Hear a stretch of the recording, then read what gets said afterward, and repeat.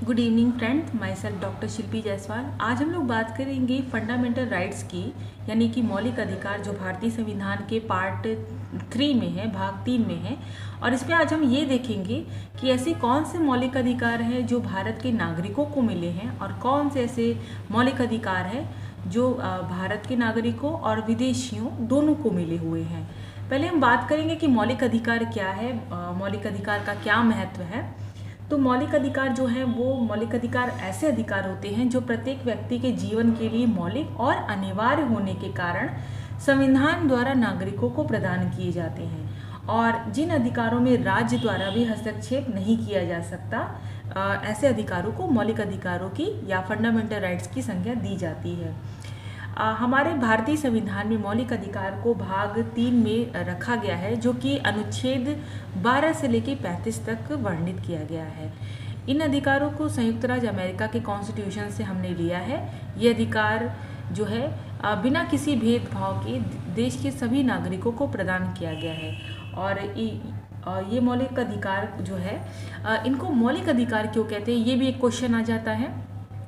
मौलिक अधिकार को मौलिक इसलिए कहते हैं, या जो फंडामेंटल राइट्स है हम उसको राइट्स के नाम से भी तो रख सकते थे, लेकिन हम इसको फंडामेंटल राइट्स इसलिए भी कहते हैं क्योंकि ये जो राइट्स है ये मौलिक या मूलभूत है, फंडामेंटल है। वो इसीलिए क्योंकि इन राइट्स के बिना, इन अधिकारों के बिना व्यक्तियों का जो समग्र विकास है, जो इंडिविजुअल है, उसका जो पर्सनालिटी का जो डेवलपमेंट है, चाहे वो भौतिक हो, बौद्धिक हो, नैतिक या आध्यात्मिक, नहीं हो सकता। आप ये देखेंगे कि जो फंडामेंटल राइट्स है इसमें राइट टू रिलीजन भी है, जो हमारे धार्मिक पक्ष से रिलेटेड है, हमारे बौद्धिक पक्ष से भी रिलेटेड है।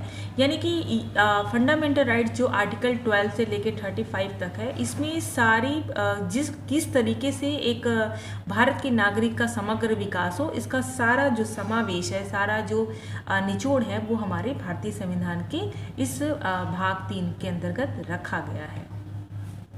फंडामेंटल राइट्स की बात करें अगर, तो फंडामेंटल राइट्स जो है वो लिमिटेशन लगाता है the power of the state.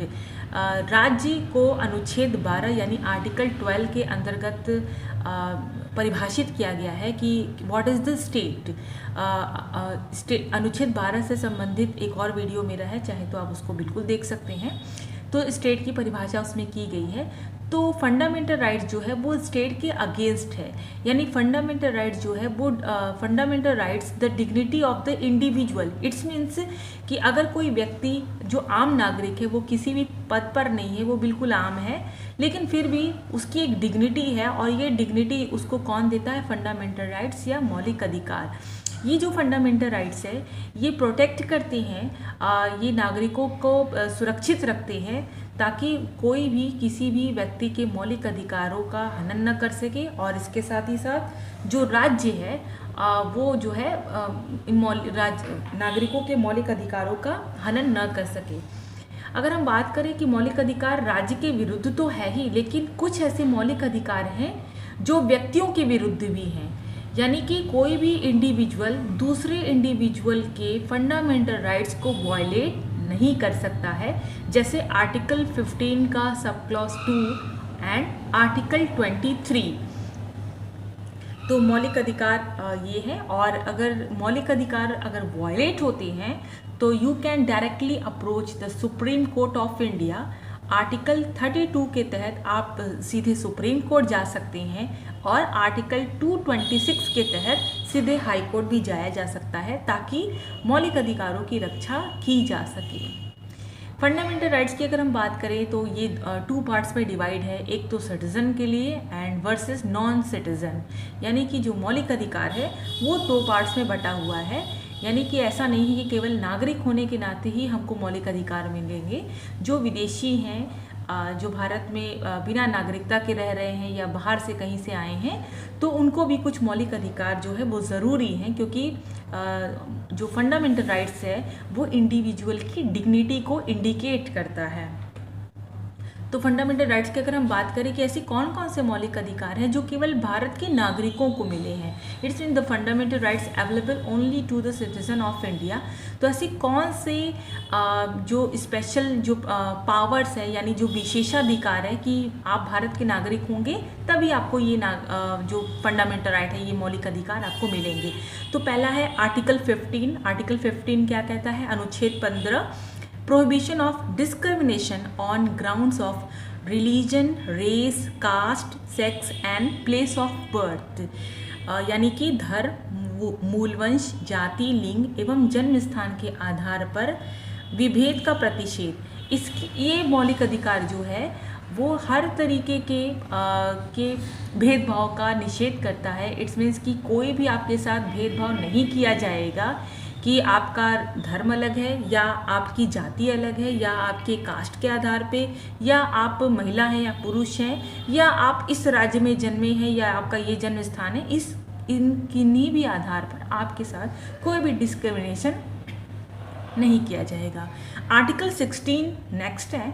Article 16 कहता है equality of opportunity in matters of public employment, यानी कि लोक नियोजन के अवसर में लोक नियोजन के विषय में अवसर की समता।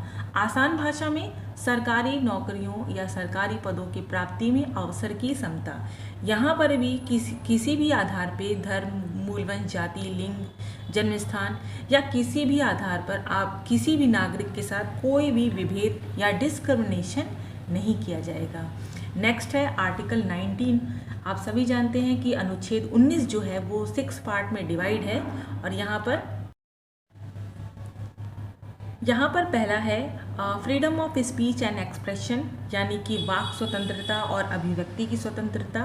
दूसरा है assemble peacefully and without arms, यानी कि शांतिपूर्वक सम्मेलन करने की स्वतंत्रता।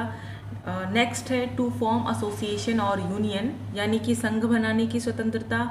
नेक्स्ट है to move freely throughout the territory of India, यानी कि आप भारत के राज्य क्षेत्र में कहीं पे भी भ्रमण कर सकते हैं, कहीं पे भी भारत राज्य के अंदर कहीं पे भी घूम सकते हैं। नेक्स्ट है कहीं पे भी आप निवास कर सकते हैं, कहीं पे भी आप बस सकते हैं।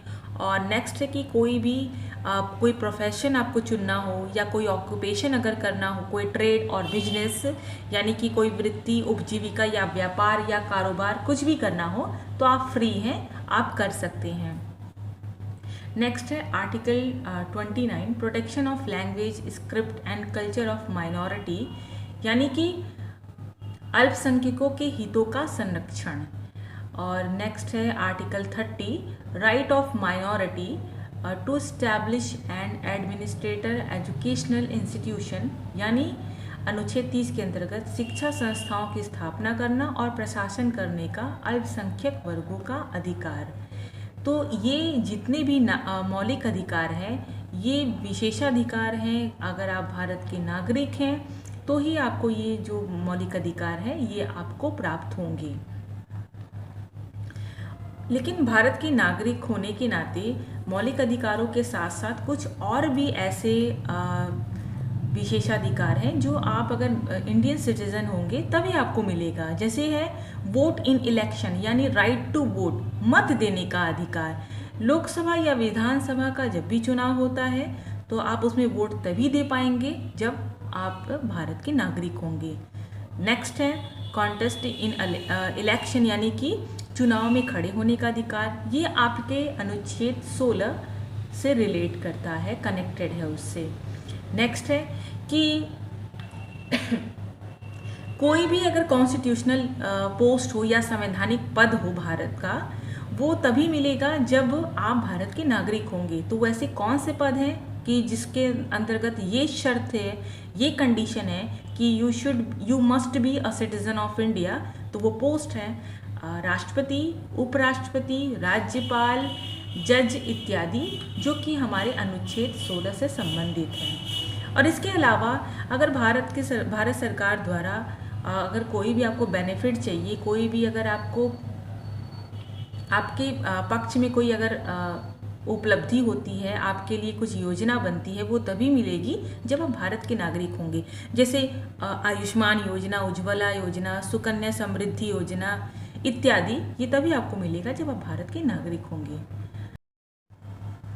अब हम लोग यहाँ पर ये डिस्कस करेंगे कि ऐसे कौन से फंडामेंटल राइट्स हैं जो भारत के नागरिकों को मिले हैं और विदेशियों को मिले हैं, लेकिन जो शत्रु देश के ना हो वो।